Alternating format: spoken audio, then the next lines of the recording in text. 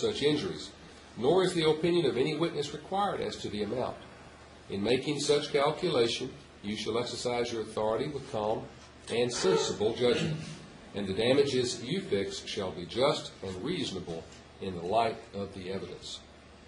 You should also consider what, if any, economic damages were or will be suffered as a result of any injury caused by the fault of the defendant. These include reasonable and necessary expenses for medical care, services, and supplies actually given in the treatment of a party as shown by the evidence, and the present cash value of medical expenses reasonably required in the future, and the value of earning capacity lost in the past and that will be reasonably certain to be lost in the future.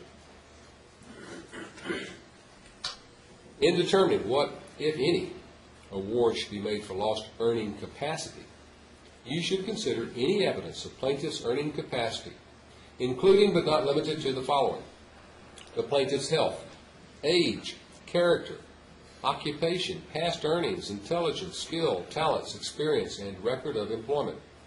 You should also consider the plaintiff's physical capacity to perform work at the time of injury and thereafter.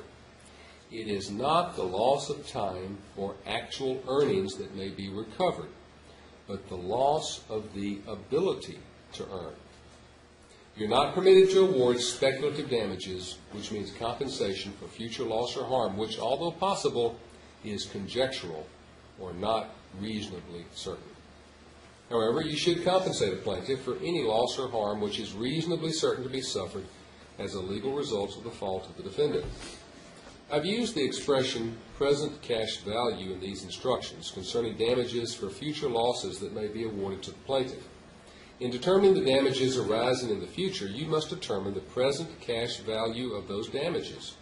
That is, you must adjust the award of those damages to allow for the reasonable earning power of money and the impact of inflation. Present cash value means the sum of money needed now, which when added to what that sum may reasonably be expected to earn in the future when invested, would equal the amount of damages, expenses, or earnings at the time in the future when the damages from the injury will be suffered, or the expenses must be paid, or the earnings would have been received. You should also consider the impact of inflation, its impact on wages, and its impact on the purchasing power in determining the present cash value of future damages. The lawyers will now make their closing argument. Mr. Freeman? Thank you. Will you need a projector? Yes, I will. All right.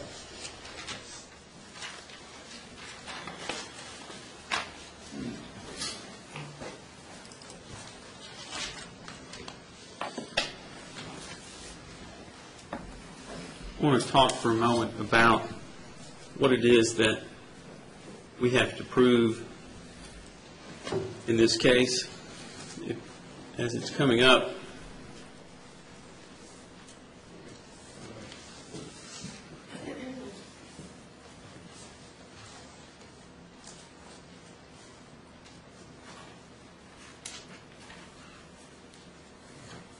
thank you.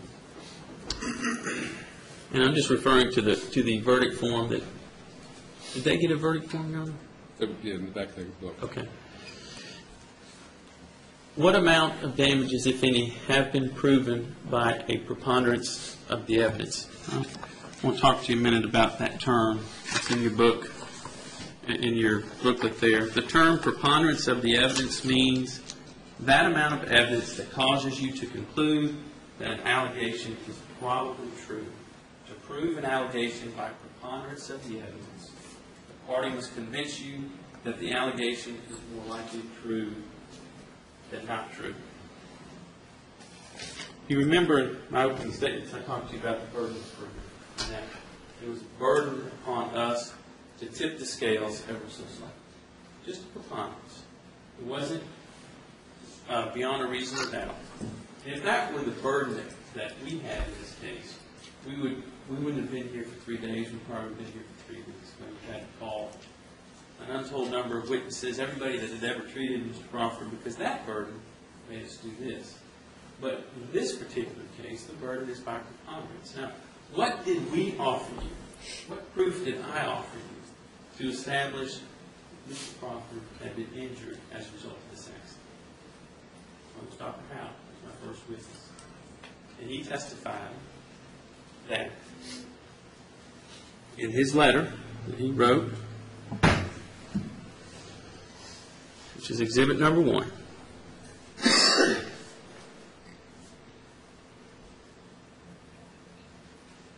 he told us a lot of things in this letter.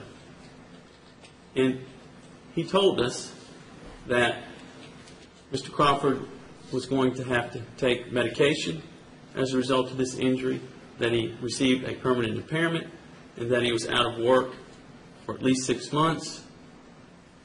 And he continued to say that he needed to take medication for the Celebrex, Darvocet, and Ambien for the rest of his life.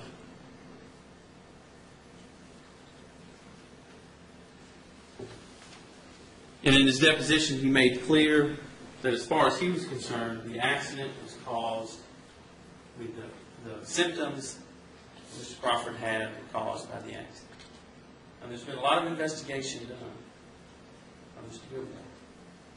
There was a private investigator hired, there were depositions taken. Dr. Weiss was hired to do a thorough medical record review. Never saw Mr. Crawford, never did a physical examination.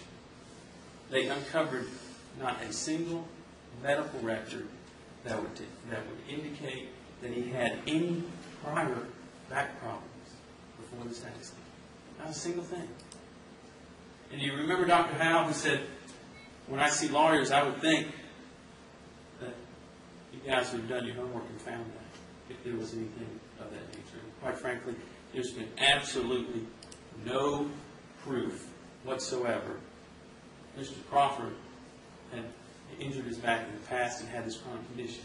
Mr. Gilmore wanted to use Ms. Raines' testimony to try to insinuate that and say, well, didn't you hear Ms. Raines say that Mr. Crawford had a back injury or a back complaint or pains? When in fact Ms. Raines simply said, if we work out in the yard a lot, we might get sore. But Mr. Gilmore wanted to turn that around and say, Mr. Crawford had a history of back pain, and therefore it's not caused by this accident. Then that's just not true. There's no evidence that Mr. Crawford had any problems before this accident. So have we established by preponderance of the evidence that he suffered an injury as a result of this accident? Of course we have. Dr. Howes talked about that. In fact, Dr. Parsons. Even though Dr. Parsons, I'm not sure he likes lawyers much, and I think that was evidenced in his deposition. In his medical record, he states, we do not really know what is causing his problem. His symptoms, however, did start with his motor vehicle accident, and so probably the more appropriate box to check on this form would be yes. And what he's referring to is what caused these symptoms. And if you remember, I asked him in his deposition, had your office treated him in the past? He said, well, I think another doctor in the office did in 2000. And that's when Mr. Crawford went in and complained about having some rubbing on his small toe and then maybe a knee complaint. Now, is it a stretch of the imagination to assume that if Mr. Crawford's going in to complain about his toe, that if he had significant back pain, he would have mentioned that as well? I think so. So, it leaves us with this question. What damages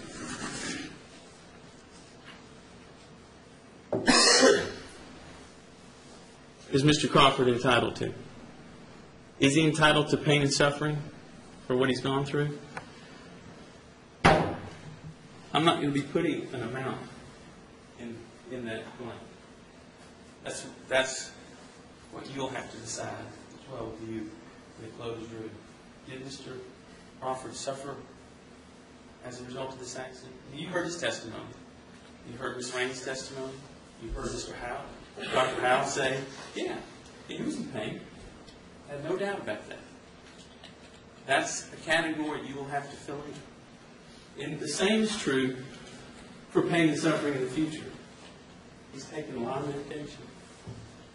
And the question is, do people take medication for no reason? Do they take Celebrex and Ambien and things of that nature for no reason?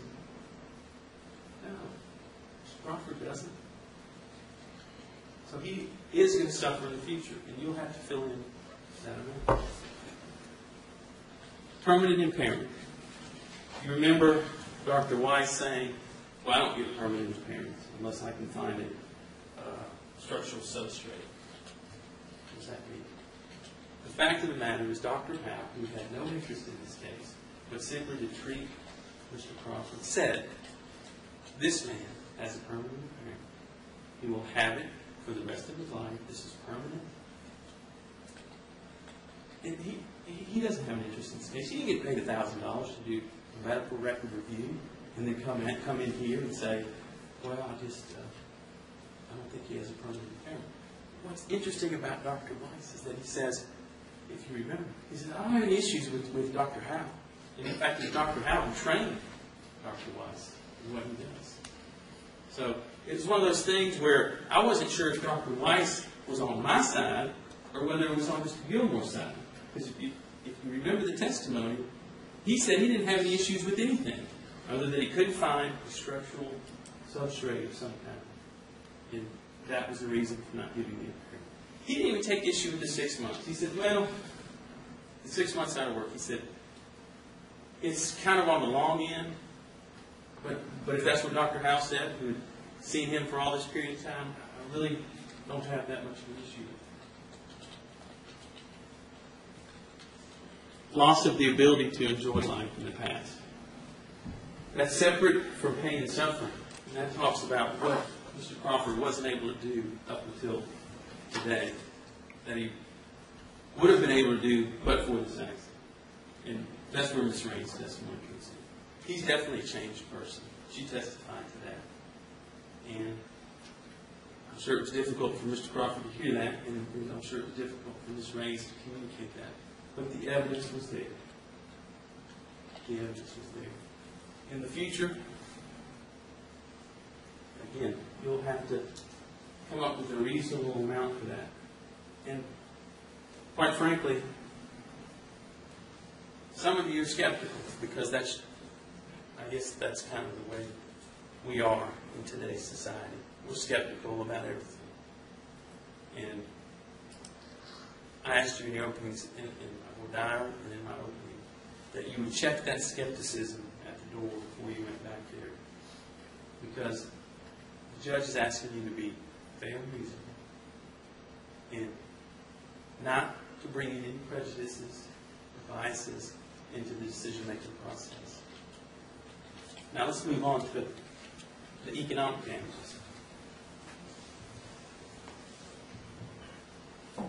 We spent a great deal of time playing the depositions of different doctors and talking about medical bills. And if you remember, I asked Dr. Howe in his deposition to go through a list of medical bills Mr. Crawford had incurred.